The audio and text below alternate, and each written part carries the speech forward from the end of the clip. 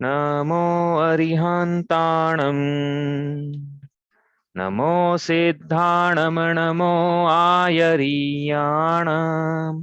नमो उवज्झायाणम् नमो लोये सवसाहुणम् तीन भुवन में सार वीतराग विज्ञानता शिव स्वरूप शिवकार नमः त्रियोग समारिके। परम मांगलिक ग्रंथ हम पढ़ रहे हैं श्री छह डाला जी। इसके अंतर्गत 6 ढालें हैं, उसमें से हमारी चल रही है पांचवी ढाल। पांचवी ढाल में 12 भावनाओं का वर्णन चल रहा है। यहाँ पे वैराग्य की जननी 12 भावनाएं। क्यों पढ़ रहे हैं वैराग्य की जननी का 12 भावना का वर्णन क्यों पढ़ रहे हैं? क्योंकि इनका चिंतन करने से संसार, शरीर और भोगों से उदासीनता के परिणाम होते हैं।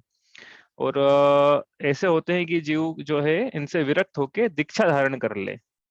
तो जो जिस अवस्था में है, दूसरी प्रतिमाधारी है, और उसको इतना वैराग्य चाहिए, इतनी विरक्ति चाहिए संसार, शरीर, भोगों से कि वो दीक्षा ले ले। और नहीं है यदि दूसरी प्रतिमाधारी हम, तो फिर कौन करेंगे नहीं चिंतन। तो ये ऐसा है कि जो जिस स्टेज पे है वो स्टेज से आगे बढ़ेगा। क्या मिथ्या दृष्टि है, 12 भावना का चिंतन करेगा तो अलग प्रकार का फल है। चतुर्थ गुण स्थानवर्ती है, 12 भावना का वर्णन करे तो अलग प्रकार का फल है। मुनिराज भी करते हैं 12 भावना का चिंतन, उनको क्या, वो तो हो चुके हैं विरक्त, लेकिन उनके लिए भी लिखा है कि वो भी क्या करते हैं। मुनि लिखा पहली पंक्ति में क्यों करते हैं, अपन ने कारण भी देखा था। मुनिराज 12 भावना का चिंतन इसलिए करते हैं कि देखो वो सब तो है ही कि वो संवर का कारण है। संवर का कारण बताया था ना, वत् समिति गुत्ती और धम्मानुपेया परिसहजयो, तो अनुप्रेक्षाओं को भी 12 अनुप्रेक्षाओं को लिया था हमने। और आचार्य के मूल गुण में, आचार्य के मूल गुण में क्या देखना पड़ेगा। तो इसका क्यों करते हैं मुनिराज चिंतन इसका, कि वो उनको उनका वैराग्य बना रहे। ऐसा नहीं कि वो संसारी हो जाए, वापस से उनको विषयों में अच्छा लगने लगे। इसलिए जो जिस भूमिका में है उस भूमिका में वो उस भूमिका में वो 12 भावनाओं का चिंतन करता है। ठीक है, अब चले अपन आगे, चल रही अपने अन्यत्र भाव। कुछ पूछना? आचार्य के मूल गुण में नहीं है, 12 हाँ, तप 12 है, तप है 12 वो। हाँ, भावनाएं 12 नहीं है। तप है। हाँ, वो मुझे याद आया अभी बोलते बोलते, 12 तप है, 12 भावना नहीं है। लेकिन चिंतन करते हैं मुनिराज भी। आचार्य के मूल गुण हम पढ़ेंगे छठी डाल में। तप तपे द्वादश धरे व्रज दश पंक्ति आएगी ना, तो उसमें आचार्य के हम 36 मूल गुण पढ़ेंगे। चलिए आगे चलते हैं अपन, अन्यत्व भावना पढ़ते हैं। जल जल पै जो जियत न मेला, पे भिन्न भिन्न नहीं भेला, सो प्रकट जुदे धन धामा, क्यों है एक मिली सुत रामा। तो हम क्या पढ़ रहे हैं कि यहाँ पे जिस प्रकार जल और पय ये जुदा जुदा है, मिलकर एक नहीं होगा, यद्यपि एक में एक से लगते हैं तथापि वह जुदा जुदा ही है। उसी प्रकार आत्मा यद्यपि शरीर में रहता है, एक क्षेत्रावघात संबंध है, ऐसा लगता है कि शरीर और आत्मा मिलकर एक हैं, तथापि वह जुदा जुदा ही है। और जब शरीर ही जुदा है तो फिर जो प्रत्यक्ष रूप से अन्य है वह जीव के कैसे हो सकते हैं, वो तो अन्यत्व ही है। उदाहरण यहाँ पे लिखा है, धन धामा सुतरामा, स्त्री पुत्र संपत्ति और मकान, और इसके अलावा जितनी परिग्रह है जीव के वो सब लगा लेना। शरीर ही अपना नहीं है, जहाँ देह अपनी नहीं तहान अपनों को है, यह घर संपत्ति पर प्रकट भय पद परिजन लो। ऐसा हमने पढ़ा था भूतदास जी की 12 भावना में। अब हमने कल देखा था यहाँ पे अपने नयों के आधार पे इसको कुछ प्रश्न पूछना, आपको नए से तो पूछ लेना। अपने 8 प्रकार के नए, मतलब एक्चुअली क्या नए तो क्या है, जितने जितने वक्ता है, जितने अभिप्राय होते हैं नए बन सकते हैं। लेकिन अध्यात्म में प्रमुखता से 2 प्रकार के नयों का वर्णन चलता है, निश्चय नय और व्यवहार नय, अध्यात्म ग्रंथों में। और उन निश्चय नय और व्यवहार नयों के फिर हमने भेद किए यहाँ पे। 4 भेद व्यवहार नय के, 4 भेद निश्चय नय के। तो वहाँ पे समझना ये है कि कहा तो कुछ जाता है, लेकिन मानना क्या है। मानने में नए नहीं लगते हैं, जानने में, ज्ञान में और कहने में। वाणी में और ज्ञान में तो नहीं लगते हैं, ज्ञान में लगेंगे लेकिन मानने में नहीं लगेंगे। नहीं तो उस दिन भी समझाया था ये, कि कोई ऐसा मान ले कि हम उपचरित सद्बुद्ध व्यवहार नए से पर पदार्थों के स्वामी हैं, ऐसा मान भी लेते हैं। आप कह रहे हो ना, आप बोल रहे हो ना कि कह सकते हैं ऐसा इस नए से, तो हम ऐसा मान भी ले इस नए से, तो क्या खराबी है। कि भाई ये नयों का विकल्प है, यह शुद्ध ज्ञान का विषय, शुद्ध ज्ञान में होता है ये। मति में भी नहीं, अवधि में नहीं, मनोपर्याय में नहीं, केवल ज्ञान में नहीं है। नयों का विशेष शुद्ध ज्ञान, ज्ञान में भी शुद्ध ज्ञान, तो फिर जब ज्ञान में भी शुद्ध ज्ञान है और कुछ है ही नहीं, तो दर्शन की तो बात ही नहीं है। इसलिए मान्यताओं में नए नहीं लगते हैं।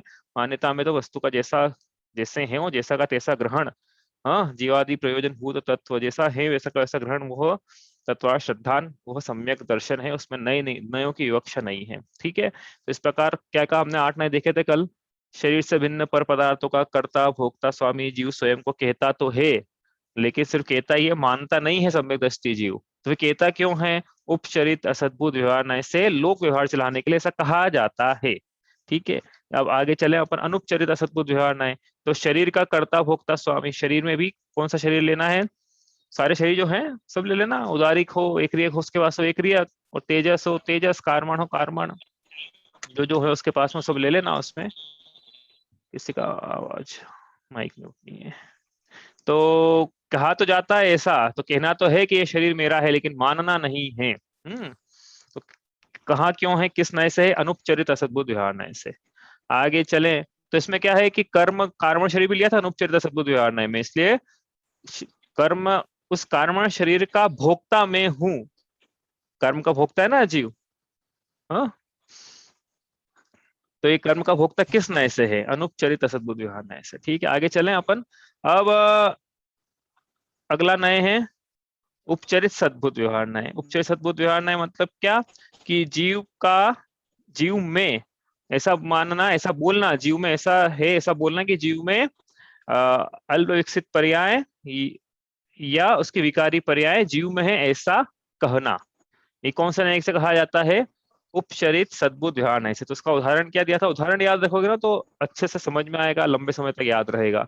उदाहरण है कि जीव में राग है, मैं राग, मुझ में राग है, या जीव में अल्प विकसित पर्याय ले लो, उसको मति ज्ञान है, इस प्रकार से। तो ये ऐसा कहा गया है, तो ये कौन सा नय से कहा गया है? उपचरित सद्भुत व्यवहार नय से। और फिर चौथा व्यवहार नय है अनुपचरित सद्भुत व्यवहार नय, कि जीव पूर्ण विकसित पर्याय या गुण भेद से भिन्न, सिर्फ गुणों, गुण भेद से भिन्न नहीं, गुणों को जीव में कहना, कि जीव में ज्ञान है ऐसा कहना, या फिर पूर्ण विकसित जीव में केवल ज्ञान है, इस प्रकार से। तो ये जो है अनुपचरित सद्भुत व्यवहार नय के कथन है। तो व्यवहार नय के कथन है ना, तो व्यवहार नय क्या करता है कि जो कल बताया था याद रखने के लिए, कि या तो दो पदार्थों को एक कहेगा या एक में अलग अलग भेद डाल देगा। तो जो भेद रूप हैं उनको अभेद कहेगा, और जो अभेद रूप हैं उनको भेद रूप कहेगा। समझ में ये बात? पहले और दूसरे नंबर के जो नए हैं, वो जो भेद रूप पदार्थ हैं उनको अभेद रूप कहता है, कि जीव का है, जीव का है, जीव का शरीर है, जीव की स्त्री है। तो साक्षात ही भेद रूप दिख रहा हो तो उसको भी क्या है? अभेद रूप से एक, या तो ये काम करेगा, या फिर जो पदार्थ अभेद हैं उनमें भेद डालेगा। तो जीव से जीव का ज्ञान अलग नहीं है, लेकिन फिर भी ऐसा कहेगा जीव में ज्ञान है, जीव में मति ज्ञान है, या जीव में ज्ञान है, इस प्रकार से। तो ये सब व्यवहार है कि कथन है, क्योंकि इसका काम क्या है कि या तो भेद को अभेद कहता है, अभेद को भेद कहता है। तो अन्य भावना में क्या क्यों पढ़ा इसको हमने, कि जीव क्या है, कि जीव का स्वरूप इनसे भी न्यारा है, इनसे भी अन्यत्व लिए हुए है। मतलब कैसे अन्यत्व लिए हुए है, कि पर से अन्य है, कहीं लिखा ही यहाँ पे कि क्यों है एक मिले सो प्रकट जुते धन धामा, क्यों है एक मिले सुत रामा। तो उपचरित सद्भुत व्यवहार नय सही है, यद्यपि हम कहते हैं कि हमारे हैं, लेकिन वास्तव में हमारे है नहीं, जीव के नहीं है। ऊपर फिर लिखा तन, तो तीनों प्रकार के तन। कहा जीव ने ऐसा कि मेरा कार्मण शरीर, मेरे कर्मों का फल तो मुझे ही भोगना पड़ेगा, ऐसा कहता है कि कर्म मेरे हैं, उसका भोगता ही मेरा मैं हूँ। तो कहेंगे, तो कैसे कहेंगे? जीव से लेकिन अन्य है, ये भी अन्य है कह रहे हैं, लेकिन उपचार चलाने के लिए क्या कह रहे हैं, कि अनुपचरित अनुपचरित असद्भुत ध्यान ऐसे जीव के, ऐसा कह रहे हैं यहाँ पे। ठीक है, इसी प्रकार भेद डाल के कहा है, यदि कि मेरा मुझ में मति ज्ञान है, या मैं मुझ में राग है, तो जीव में राग नहीं है, जीव तो वीतरागी है स्वभाव से। तो लेकिन कहा है ऐसा, तो फिर क्यों कहा है कि ये इसको अल्प विकसित विकारी पर्यायों से हे जीव में, ऐसा कथन कहा गया है। लेकिन जीव उससे भी न्यारा है, जीव राग द्वेष से न्यारा है, जीव उन अल्प विकसित पर्यायों से भी न्यारा है, कि मुझ में मति ज्ञान है, इस प्रकार से। जीव पूर्ण विकसित पर्यायों से भी, क्योंकि गुण भेद करके नहीं देखना है आत्मा को, क्या जान बोलने के लिए कहेंगे ऐसा कि ऐसा है, लेकिन मान वास्तव में जीव कैसा है? जीव तो क्या है, इन गुण भेद से भिन्न परम पदार्थ है, त्रिकालिक पदार्थ, परम पदार्थ, शुद्ध पदार्थ, ऐसा है जीव का स्वभाव। तो मानता ऐसा है, लेकिन कहने में ऐसा आता है, लेकिन जीव सबसे न्यारा। इसको अशुद्ध निश्चय में भी वैसे लगाना। अंतर ये है कि अशुद्ध निश्चय मतलब जो अपन निश्चय के कथन कहेंगे और जो व्यवहार के कथन कहें उसमें ऐसा कहा था कि जीव में है, हम यहाँ पे निश्चय में कहना है कि जीव मतलब जीव उनका जीव से एकत्व करके बोला जाता है। जैसे जीव का राग से एकत्व है तो जीव रागी है, अशुद्ध निश्चय न है। लेकिन ऐसा कहने पर भी जीव का राग से एकत्व नहीं है, जीव का राग से अन्य निश्चय नहीं का कथन अशुद्ध निश्चय नहीं का, लेकिन जीव का राग से कहा ना जीव रागी है, तो जीव का राग से एकत्व कर दिया कि जैसे जीव में रागी है और कुछ है ही नहीं, जीव रागी है। समझ में आ रही है? तो जीव रागी है ऐसा बोला तो जीव का राग से एकत्व करके बोला, लेकिन जीव तो राग से भी न्यारा है, अन्य है, अन्यत्व है। जीव का राग से, राग के विकारी भावों से जीव का भाव अन्यत्व लिए है। तो क्या कहा क्यों फिर ऐसा कि जीव रागी है? अशुद्ध निश्चय ऐसे कहेंगे लेकिन मानेंगे नहीं ऐसा कि जीव रागी है। उसी प्रकार जीव अल्प विकसित पर्याय से जीव का एकत्व करके बोला है। अल्प विकसित पर्याय कैसी है? छायोक्षमिक सम्यक दृष्टि है जीव, छायोक्षमिक ज्ञानी है। अभी हमारे यदि सम्यक दर्शन है तो हमारे छायोक्षमिक मति ज्ञान पाया जा रहा है, तो अल्प विकसित पर्याय से जीव छायोक्षमिक मति ज्ञानी है। तो ये अल्प विकसित पर्याय से जीव का एकत्व करके कहा गया है, लेकिन जीव तो इस क्षयोक्षम रूपी अल्प विकसित पर्याय है, इससे भी न्यारा परम पदार्थ है। इस पे पर्यायों से पार, गुण भेद से भिन्न, इस प्रकार से आत्मा को देखना मानना, ठीक है। और फिर इसी प्रकार पूर्ण विकसित पर्याय में भी लगाना है इसको कि जीव केवल ज्ञानी है। पूर्ण विकसित पर्याय से जीव को एकत्र करके देखा, लेकिन जीव में ऐसा ही नहीं कि सिर्फ केवल ज्ञानी है, तो जीव उससे भी न्यारा कोई पदार्थ है जो कि गुण भेद से भिन्न है, पर्यायों से पार है, इसलिए परम शुद्ध निश्चय से त्रिकाली शुद्ध चैतन्य तत्व है, ये जीव चेतन पदार्थ है। इस प्रकार से 8 नए लगाए इसमें, जिसमें हमने बताया कि 7 नयों से जीव को अन्य 7 विवक्षाएं जो थी उससे भी जीव को अन्य रूप से देखा जाता है। कहाँ देखा जाता है? अपने ज्ञान में। यदि फिर ज्ञान में देखा जाए तो इस प्रकार से भी देखा जाता है कि तो झूठ है क्या? झूठ नहीं है, जहां जैसी विवक्षा है वहां सच कथन चलेगा। लेकिन जानना हर नए से है, मानना परम शुद्ध निश्चय से, जो विषय है परम शुद्ध निश्चय का वैसा मानना है, ठीक है। तो परम शुद्ध निश्चय से क्या विषय है? जीव कैसा है? परम शुद्ध निश्चय से सभी प्रकार से शुद्ध है, त्रिकाली शुद्ध है, शुद्ध सर्वे शुद्धा हूँ शुद्ध नया, ऐसा द्रव्य संग्रह गाता है, तो मन से नहीं बोल रहे हैं। सौवे शुद्धा हूँ शुद्ध नया, शायद द्रव्य संग्रह 11 नंबर 12 या 13 है। हाँ 13 नंबर उसमें लिखा है आचार्य भगवान ने कि शुद्ध नए से सभी संसारी शुद्ध हैं। शुद्ध नए से, ठीक है। तो अशुद्ध को भी शुद्ध बोला है, तो अशुद्ध कैसे बोलते हैं फिर? अलग अलग विवक्षाओं से बोलते हैं वो, ठीक है। तो इस प्रकार से जीवन सबसे न्यारा है, अशुद्धता से न्यारा है। इस प्रकार से जब अशुद्धता से न्यारा है तो जो बाहिरंग पद पदार्थ जिसमें अपना तो बिठाता है जीवन से, तो बहुत न्यारा, बहुत बहुत पहले न्यारा, मतलब पहला एक्चुअली क्या है, देखो यहाँ पे देखो ना कि अंदर से अपन बाहर से अंदर आए ना, तो जहाँ पे अपन ने बिठाया था मिथ्या दृष्टि जीव ने एकत्व की, एकत्व ममत्व का भाव कि मेरा है ये, हाँ ये मेरे हैं, वो तो सबसे पहली भूमिका में अलग कर दिया। उसके बाद शरीर को अलग कर दिया, ये भी नहीं है। कार्बन शरीर को अलग कर दिया, उपाधिक भावों को अलग कर दिया, अल्प विकसित पर्यायों को अलग कर दिया, गुण विकसित पर्याय को अलग कर दिया, गुणों को भी गुण भेद से भी भिन्न देखना है आत्मा को, उसको भी गुण भेद को भी भिन्न कर दिया। हाँ ये भी नहीं, ऐसा भी नहीं है जी, गुण भेद वाला भी नहीं है जी कि ये यहाँ पे ज्ञान है, यहाँ दर्शन है, यहाँ सुख है, या मेरे, ऐसा नहीं है। गुण भेद से ही भिन्न एक परम पदार्थ, इस प्रकार से जीव का स्वरूप है और इस प्रकार से अन्य भावना है। देखो यहाँ पे क्या है, सुपर भेद विज्ञान कराते। देखो कल मंगत राय जी की 12 भावना पढ़ रहे थे, तो उसमें देखो अंत में पंक्तियां बोली ना, उन्होंने वहां लिखा है सुपर भेद विज्ञान की बात, उन पंक्तियां पढ़ते हैं मंगत राय जी की 12 भावना, कल यहीं पे अपन ने छोड़ा था इसको। हम्म मोह रूप मृग तृष्णा जग में मिथ्या जल चमके, मृग चेतन नित भ्रम में उठ उठ दौड़े थक थक के। क्या बोल रहे हैं यहाँ पे कि मोह रूप मृग तृष्णा जग में मिथ्या जल चमके। कल अपन ने एंड में मायरेज भी देखा था क्या होता है, वो क्या है नहीं समझ में आया किसी को, साइंस की बात थी एक्चुअली वो। तो जैसे रिफ्लेक्शन होता है ना कांच में रिफ्लेक्शन होता है, तो अपने को लगता है पदार्थ यहाँ पर है, ये कांच में कोई पदार्थ दिख रहा है आपको, तो कांच तो ऐसी इमेज उतारी रही है वो कांच के पीछे हो पदार्थ, तो हमको अपने शुद्ध ज्ञान से पता है कि नहीं वो कांच के आगे तो रिफ्लेक्शन है उसका। लेकिन नहीं पता हो यदि किसी को कि कांच का मिरर में रिफ्लेक्शन दिख रहा है, तो उसको क्या लगा कि पदार्थ वहां पर है, यहाँ कांच बता रहा है, मतलब दीवार के पार है, कांच के पार है, मतलब जितना साइंस का प्रिंसिपल है कि पदार्थ जितना कांच के आगे होता है इमेज उसकी उतनी पीछे बनती है। हाँ तो अपने को ऐसा लगा, जिसको अपने को नहीं पता होता, मान लो होता है कभी कभी ऐसा आभास हो जाए, मतलब पता नहीं पड़ता कि मिरर लगा है, तो अपने को क्या लगता है कि अरे ये तो वो पदार्थ वहां है, जबकि वो होता तो कहीं और रहता है, ठीक है। हाँ एक सेकंड, कुछ हो रहा है इसमें। तो देखा होगा ये अपन ने कि अपने को भी आभास हो जाता है ऐसा। तो ये हुआ क्या, रिफ्लेक्शन से हुआ, मतलब कि वो जो उसकी इमेज थी वो कांच के बाहर दिखे। तो ऐसा मृग तृष्णा क्या है कि मृग को ऐसा पेड़ का ऐसा रिफ्लेक्शन आता है। तो आप मिरर तो है ही नहीं, लोग ये बोलेंगे मिरर तो है ही नहीं, रिफ्लेक्शन कैसे आता है, वो देखते मिरर, मिरर कहाँ से आएगा। लेकिन वो पेड़ का रिफ्लेक्शन उसको ऐसा दिखता है जमीन पे कि वो कि पेड़ वहां पर है। अब पेड़ तो जमीन, उसको पता है पेड़ तो जमीन पे हो नहीं सकता है, तो इसका मतलब जरूर वहां पानी होगा जिसमें उसकी परछाई पड़ रही है, इसका प्रतिबिंब, परछाई नहीं बोलना चाहिए, प्रतिबिंब पड़ रहा है। ऐसा उसका आभास होता है। समझ में आ रहा है ना। अब आप बोलोगे कांच तो लगा ही नहीं, जैसे जमीन पर कांच लगा होता, मान लो जमीन पर कांच बिछ बिछ गया और उसका ऊपर से कोई पेड़ का रिफ्लेक्शन, मतलब रेज आई इस पर टकराई और उसकी आंख में गई, तो उसको क्या लगेगा कि, उसको नहीं लगेगा पेड़ है वहां, पेड़ का रिफ्लेक्शन, उसको नहीं पता मेरे मिरर बिछा है, उसको तो लगेगा कि पानी है ये, पानी में इसका प्रतिबिंब झलक रहा है ऐसा। अब प्रश्न ये उठा कि जमीन पे वो कांच क्या कहाँ से आ गया। तो जमीन पे कांच होता नहीं है, कल बताया था ना वो कि रिफ्रेक्ट हो जाता है पूरा, वो जो ऐसी रेज आ रही है पूरी की पूरी से बिना टकराए बाहर निकल जाती है, ऐसी ऐसे यूं आई और यूं निकल गई। तो मिरर में भी ऐसे होता है कि यहाँ से आती है और यूं निकल जाती है, और इसमें भी ऐसे हुआ कि यहाँ से यूं निकल गई।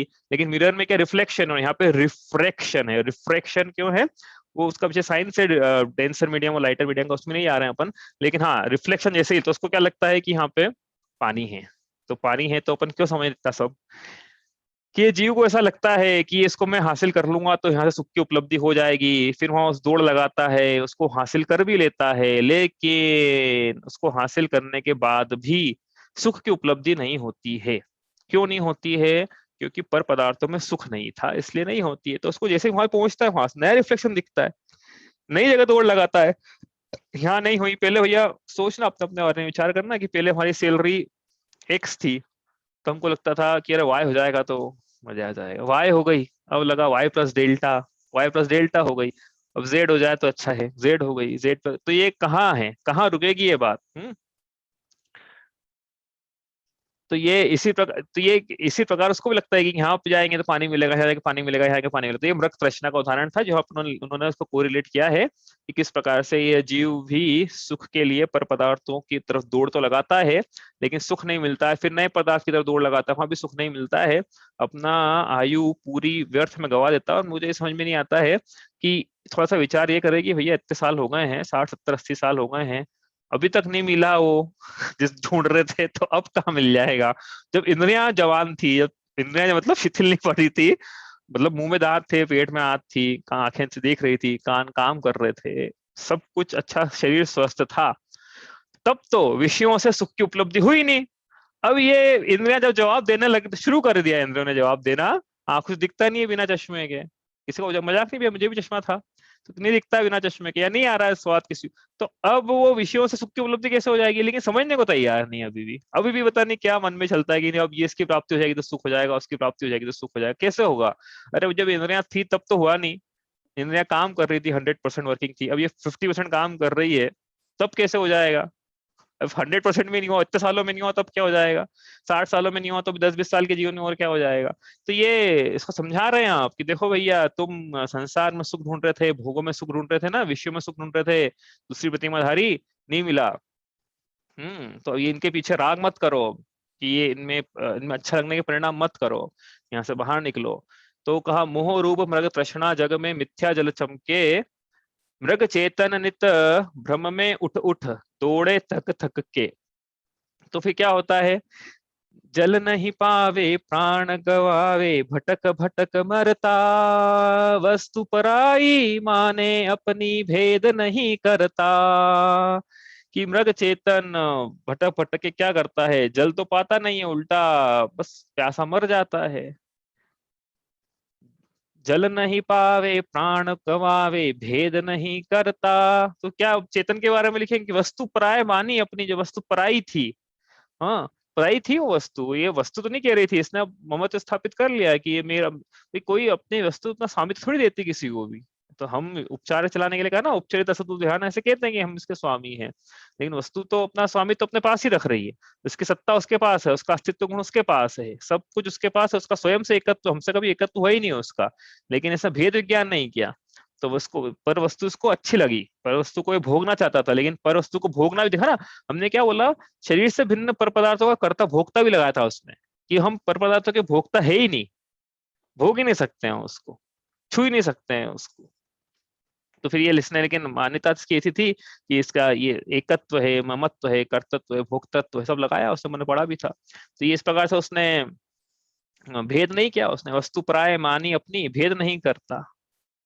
तो फिर कह रहे अब कि क्या है अपना स्वरूप, क्या है और तेरा स्वरूप, उन पदार्थों का स्वरूप क्या है।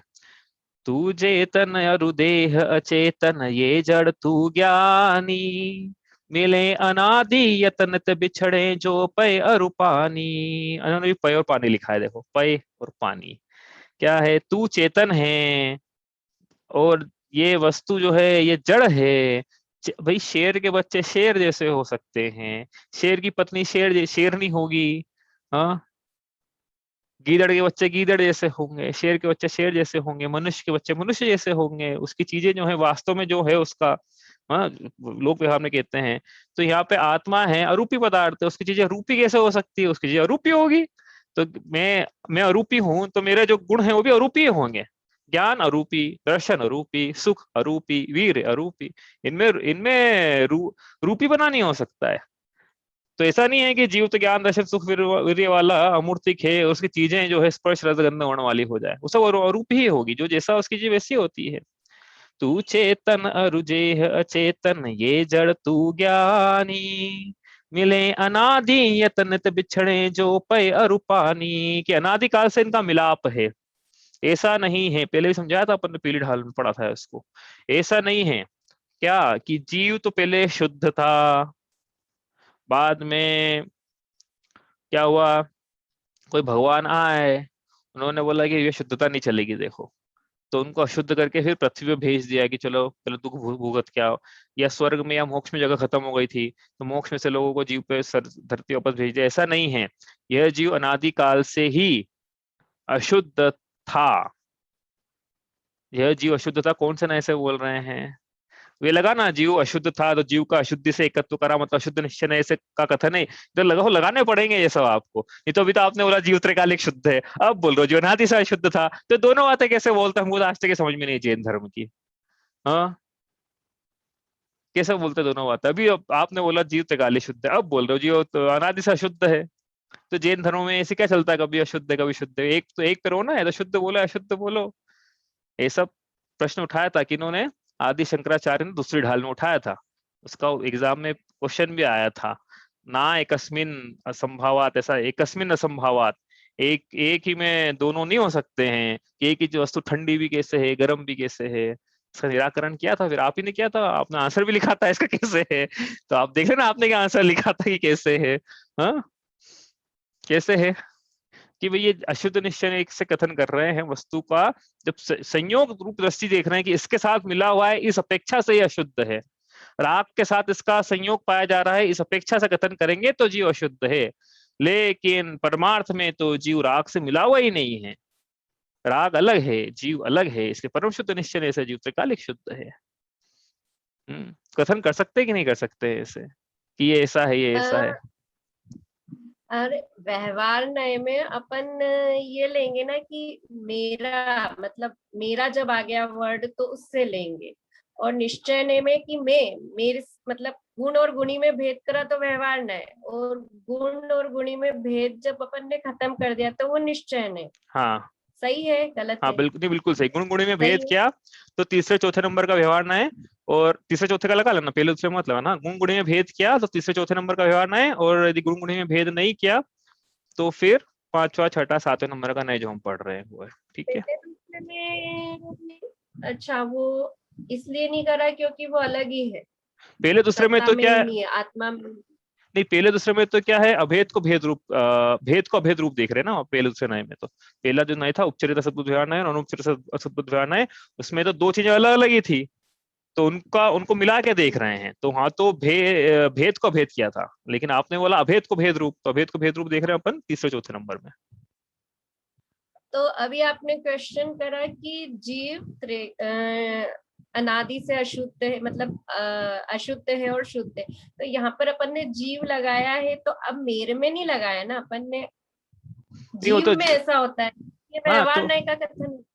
नहीं नहीं, उससे देखो ऐसा, वो थोड़ा समझना पड़ेगा कि अपन ने मे में लगाओ या जीव में लगाओ, उससे कोई फर्क नहीं पड़ता है। हाँ, जीव में लगाया है तो भी अशुद्ध निश्चय कथन है, वो मैं अशुद्ध हूँ ऐसा बोला तो भी अशुद्ध निश्चय का कथन है, जीव अशुद्ध ऐसा बोला तो भी अशुद्ध निश्चय का कथन। अपन ने उदाहरण लिया था, रामचंद्र जी ने केश लोच किया, तो फिर मैंने तो किया ही नहीं है ऐसा ऐसा नहीं है, वो तो जहाँ जो चल रहा है विवक्षा जिसकी उस पर लगाना है उसको, ठीक है। नहीं तो फिर ये इसमें अपना उपचरित सद्बुद्ध व्यवहार नहीं अल्प विकसित पर्याय में लगाएंगे, या हाँ वो विकसित कथन पर्याय यदि, में भी तो लगा सकते हैं व्यवहार हाँ नहीं। समझ गया मैं। आपका प्रश्न ये है कि मैंने कहा कि जीव अशुद्ध है, तो अशुद्ध निश्चय नय में क्यों लगाया है इसको? आप इसको उपचरित सद्बुद्ध व्यवहार नय में भी तो लगा सकते हो, है ना? यही प्रश्न है। आपकी आवाज कट कट के आ रही है, लेकिन मेरे ख्याल से यही प्रश्न है हाँ आपका। यही, हाँ हाँ ठीक है, हाँ हाँ यही प्रश्न है। तो इसमें यदि ऐसा बोला है कि जीव अशुद्ध है, तो उसका अशुद्धि से एकत्व देखा है, मेरी विवक्षा बोलने की ये है, तो मैंने अशुद्ध निश्चय से बोला है। यदि इसको आपको तीसरे नंबर वाले से बोलना है, उपचरित सद्बुद्ध व्यवहार से बोलना है, तो आपको ऐसा बोलना पड़ेगा कि जीव में अशुद्धि है, ठीक है। तो वहां फिर अशुद्धि से जीव का आप भेद करके देख रहे हो, ठीक है।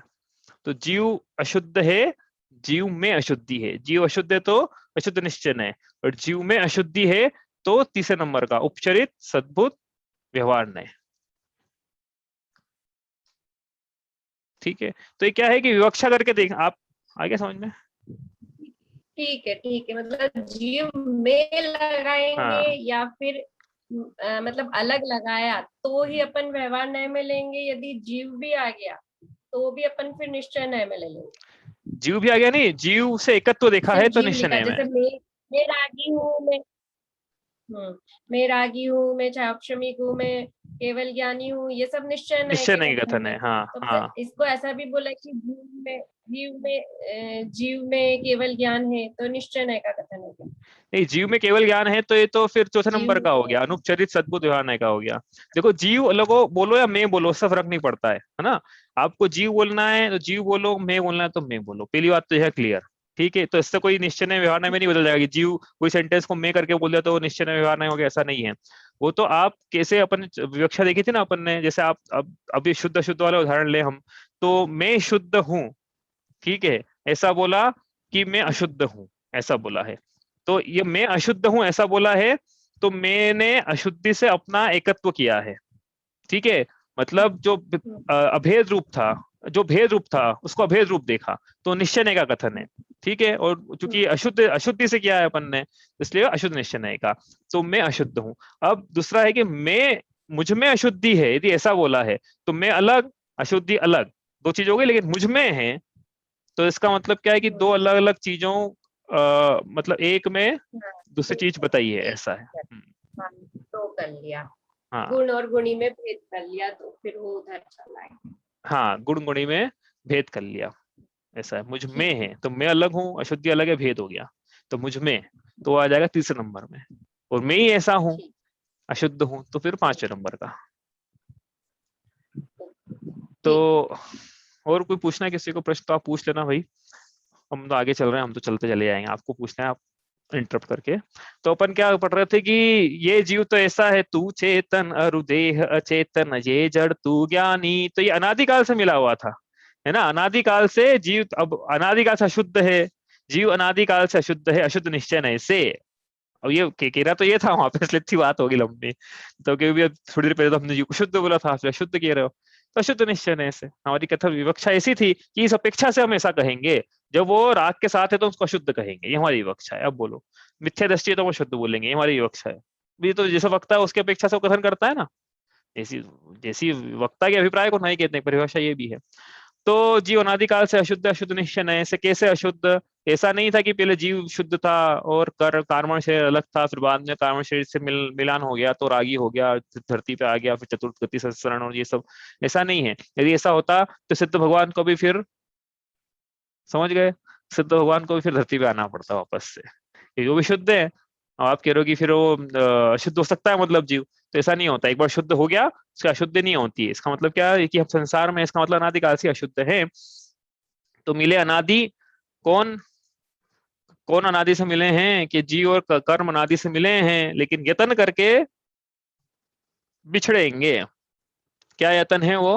पढ़ रहे हैं हम यहाँ पे, वही तो यतन है में, छह ढाल दी ना यहाँ पे, संवर निर्जरा करके कर्मों की संवर, उसकी निर्जरा करके फिर वापस से शुद्धता की प्राप्ति होती है, आत्मा की परम शुद्ध अवस्था। तो संवर निर्जरा का प्रकरण चलेगा, अभी चल ही रहा है ऐसे, तो वो चलेगा आगे छठी ढाल में। ठीक है, मिले अनादि यतनत बिछड़े जो पय अरूपानी। फिर देखो आगे दोनों बहुत बढ़िया पंक्ति लिखी है, बड़े काम की पंक्तियां हैं। रूप तुम्हारा सबसे न्यारा भेद ज्ञान करना, जो लो पौरुष थके न तो लो उद्यम सो चरना। रूप तुम्हारा सबसे न्यारा, तुम्हारा जो रूप है वो सबसे न्यारा है। सबसे न्यारा है मतलब पर पदार्थों से भी न्यारा है ही, दूसरे चेतन पदार्थ है ना उनसे भी न्यारा है। कैसे न्यारा है कि उनका सुख उसमें है, उनका उनका जीव उसमें है, मेरा जीवपना मुझ में है। उनका सुख की प्राप्ति मुझे नहीं होगी, तो मेरी अपेक्षा में तो वो भी अजीव तत्व है। तो रूप तुम्हारा सबसे न्यारा, और कैसा है, कैसे कैसे प्राप्ति होगी, इसे भेद ज्ञान करना। यहाँ लिखा है देखो, कहीं नहीं लिखा पूरी 12 भावना में, भेद ज्ञान की चर्चा अन्यत्व भावना में आती है कि रूप तुम्हारा सबसे न्यारा, भेद ज्ञान करे जीव। देखो यहाँ पे करा है भेद ज्ञान, ये अन्य है, ये अन्य है, ये अन्य है, ये 6-7 बार बोल दिया ये अन्य है। तो फिर मैं क्या हूँ, मैं ऐसा हूँ। तो इसलिए कैसा हूं मैं, चेतन पदार्थ हूं मैं, गुण भेद से भिन्न हूं मैं, परम शुद्ध निश्चय का जो विषय है वैसा हूं मैं। तो ये ऐसा कह रहे हैं कि ऐसा भेद विज्ञान करो, तो अन्यत्व भावना भाने की सार्थकता है कि ये मेरे नहीं है, ये मेरे नहीं है, ये मेरे नहीं है। क्या मेरा शरीर भी नहीं है, कारण शरीर भी नहीं है, विकारी भाव भी नहीं है, उपाधिक भाव भी नहीं है, अल्प विकसित पर्याय भी नहीं, पूर्ण विकसित पर्याय से भी ऐसा देखो यदि मैं कि गुण भेद से देखो तो वो भी मेरी भी नहीं है, मैं तो गुण भेद से भिन्न पर्यायों से पार हूँ। इस प्रकार से देखें तो अन्यत्व भावना का चिंतन है। तो यहाँ कह रहे हैं रूप तुम्हारा सबसे न्यारा भेद ज्ञान करना, तो भेद ज्ञान करे जीव ऐसा, रोज 12 भावना का चिंतन करे, सुबह उठने के बाद, रात में सोने के पहले, हाँ माला फेरते वक्त चिंतन करे, जो पढ़ा है उसका चिंतन करे। कब तक करे, कब तक करे चिंतन, भेद विज्ञान कब तक करे, इसका चिंतन कब तक करना चाहिए अपने को, कब तक करना चाहिए। हाँ, जब तक मोक्ष की प्राप्ति नहीं। तो खुद मंगत राय जी ने क्या लिखा है, जो लो पौरुष थके न तो लो उद्यम सो चरना, कि पर द्रव्यों से भिन्न मेरी सुख स्वभावी आत्मा ही पूर्ण रूप से परमोपादेय है। ऐसा ये परम चेतन जीव तत्व त्रिकाली ध्रुव में स्वयं हूँ, ऐसा अभ्यास करना है। कब तक करना है अभ्यास, जब तक कि ये पौरुष थक न जाए। जो लोग पौरुष थके न तो लो, जब तक ये पौरुष मतलब ये आत्मा अभ्यास कर करके, सुपर भेद विज्ञान कर करके थक न जाए, तब तक करना है। मतलब यही करना है, इसका मतलब ये कि और कोई कार्य नहीं, ये करके जब तक थक नहीं जाए। और थक गए तो, और प्रश्न उठता है थक गए तो, थक गए तो नहीं करेंगे क्या। तो पहली बात तो ये है कि उन्होंने लिखा था थक नहीं जाए, तो इसका मतलब ये है कि भैया तुम थकोगे ही नहीं। इसका मतलब ये है, क्यों, क्योंकि इसका जो अभ्यास है ना, कोई कोई रास्ते थोड़ी दौड़वा रहे हैं, मैराथन दौड़वाएंगे थक जाएंगे, पहाड़ थोड़ी टुटवा रहे हैं। ये जो कार्य होता है मन से होता है।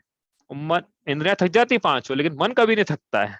तो मन से स्वपर भेद विज्ञान का अभ्यास जीव करे, जो लोग पौरुष थके न तो लोग, ऐसा उद्यम तब तक करना है जब तक कि थक ना जाओ। और चूंकि मन कभी नहीं थकता, इसलिए हमेशा स्वपर भेद विज्ञान का अभ्यास करते ही, चाहे मुनि दीक्षा ही क्यों ना ले ले जीव, फिर भी अभ्यास जारी रखे।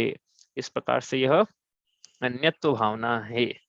अपन ने एक बीच में प्रसंग लिया था कि जो पर पदार्थ है वो तो इसके है ही नहीं, ये मान रहा है कि मेरे हैं। उन्होंने कहा बोला उनमें अस्तित्व नाम का गुण है, उनमें सत्व, उनका सत्व अलग है, इसका सत्व अलग है। देखो ये एक बात समझना न्याय का विषय, हालांकि कि दो, उस दिन भी अपना मर्जर एक्विजिशन वाला उदाहरण लिया था ना, कि दो पदार्थों है ना यदि, तो उनकी सत्ता विद्यमान रहेगी। ऐसा कभी नहीं होगा कि दो पदार्थ, जैसे कंपनियों का विलय होता है, नई कंपनी की उत्पत्ति हो गई, तो ऐसा नहीं होगा कि ये दो, एक पदार्थ ये है, इसका सत्व अलग है, ये दो मिले, अब दोनों असत रूप हो गए, और जो असत रूप था वो सतरूप हो गया। ऐसा जैन दर्शन में तो नहीं होता है। समझ में आया क्या बोल रहे हैं यहाँ पे, कि एक पदार्थ ये है सतरूप, इसकी सत्ता है, दूसरे की सत्ता। सत द्रव्य लक्षणम जीव है, सब सत द्रव्य लक्षणम, द्रव्य का लक्षण बताया है, सत, सत को द्रव्य का लक्षण बताया है। तो ये मतलब सत्य जो ये है, इसके आगे जो नेगम नय ना, अभी तब नेगम नय तो क्या समय नहीं मिला अपने को, समय नहीं, अपने नेगम नय पढ़ना आप, अपना विषय भी नहीं, आगम का नय है, नेगम संग्रह व्यवहार सूत्र जी का पहले अध्याय का 33वां सूत्र, नेगम नय की विवक्षा पढ़ना, उसमें आप क्या होता है नेगम नय, सत शब्द आएगा उसमें। तो ये ऐसा नहीं होगा कि एक इसकी सत्ता है, इसकी सत्ता है, ये दोनों मिली, इन दोनों की सत्ता खत्म और तीसरी सत्ता। तो इसका मतलब क्या, यदि कोई ऐसा मानता है ना, इसका क्या मतलब पता है कि सत पदार्थों की सत्ता नष्ट हो सकती है और असत पदार्थ उत्पन्न हो सकता है। इसका मतलब ये हो जाएगा। और यदि ऐसा उसने मान लिया कि असत पदार्थ उत्पन्न हो सकता है, और न्याय का विषय है ये, जो उसने ऐसा मान लिया कि असत पदार्थ उत्पन्न हो सकता है, किसी भी दार्शनिक ने मान लिया ऐसा, अन्य धर्मों ने, कि असत की उत्पत्ति हो सकती है, तो फिर तो वस्तु की विवक्षा ही नहीं की जा सकती है। क्यों? क्योंकि भैया आज आप इसको सत बोल रहे हो, कल आपका सत असत हो सकता है, और जिसको आप असत बोल रहे हो वो असत सत की उत्पत्ति हो जाएगी। तो फिर आप कहीं एक पे टिके नहीं रह पाओगे, क्योंकि जो असत है वो लगातार, मतलब ये है कि गधे के सिंग हो जाएंगे फिर तो। गधा अभी बोलना पड़ेगा गधे के सिंग हैं, ऐसा बोलना पड़ेगा। क्यों? क्योंकि वो अभी असत है ना, तो असत सत हो जाते हैं भैया, कभी हो जाएंगे वो ऐसा हो जाएगा वो। तो इसलिए क्या है कि दो असत असत भूति रहेगा, सत सद्भूति रहेगा। सत का कभी नाश नहीं होता, असत की कभी उत्पत्ति नहीं होती। इससे दो पदार्थ जिनसे इसका अन्यत्व है, वो दो मिलकर एक नया सत उत्पन्न नहीं हो सकता है। वो मिल भी गया, संयोग रूप है, तो इसकी सत्ता इसमें है, इसकी उसकी सत्ता उसमें है। जैसे कि शक्कर को पानी में डाल दिया तो शक्कर की सत्ता शक्कर में है, ऐसा नहीं कि वो लगता है घुल गई शक्कर पानी में, अलग कर सकते हैं उसको, उसमें रिवर्स ऑस्मोसिस लगाना, अलग हो जाएगी वो भी। ठीक है। तो इसलिए अपने अपने सत्व को सर्व वस्तु विलसाय, अपने अपने सत्व को, सभी वस्तु विलास कर रही है, दुनिया की सारी वस्तुएं अपने अपने सत्व में विलास करती है। अपने अपने सत्व को सर्व वस्तु विलसाय, ऐसे चितवे जीव तब परमे ममत न थाय। जयचंद छाबड़ा ने लिखा नित्य भावना में कि अपने अपने सत्व में सभी वस्तु विलास कर रही है, विलास। तो ऐसे चिंतन करे जीव तो पर से ममत्व का अभाव रहा, ममत्व का अभाव हो गया है, मतलब दर्शन मोह रूपी ममत्व का, तो वो चारित्र मोह रूपी ममत्व का अभाव करे और राग का अभाव करे। मतलब यदि ऐसा चिंतन करे तो वो उसके हो ही नहीं सकता ना, अपने वो तो अपने सत्व में, जब वो पर वस्तु अपने सत्व में विलास कर रही है तो हे चिद विलास, तू क्यों अपने स्वरूप से बाहर विलास करना चाहता है। इस प्रकार से नित्य भावना है। अब जो भी शेष है इसमें नयन सूखदास जी की 12 भावना ओपन कल करके यहाँ से आगे चलेंगे। जिन लोगों ने क्लोज बुक एक पेपर एग्जाम दी थी, सबको करेक्टेड शीट भेज दी है। यदि किसी को नहीं मिली हो तो मुझे बता देना, मैं देख लूंगा कि कहाँ मिस हो गई वो, है ना। चलिए इतना ही करते हैं। स्याद्वाद नये षट द्रव्य गुण पर्याय और प्रमाण का, जड़ कर्म चेतन बंध का, अरु कर्म के अवसान का, कह कर स्वरूप यथार्थ जग का, जो किया उपकार है उसके लिए जिन वाणी माँ को वंदना शत बार है, वंदना शत बार है।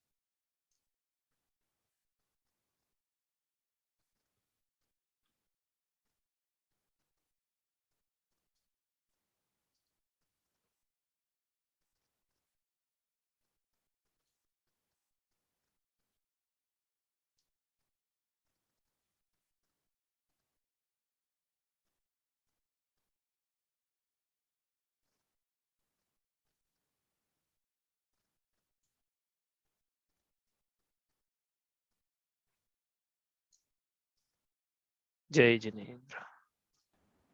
जय जिनेन्द्र। जय जिनेन्द्र।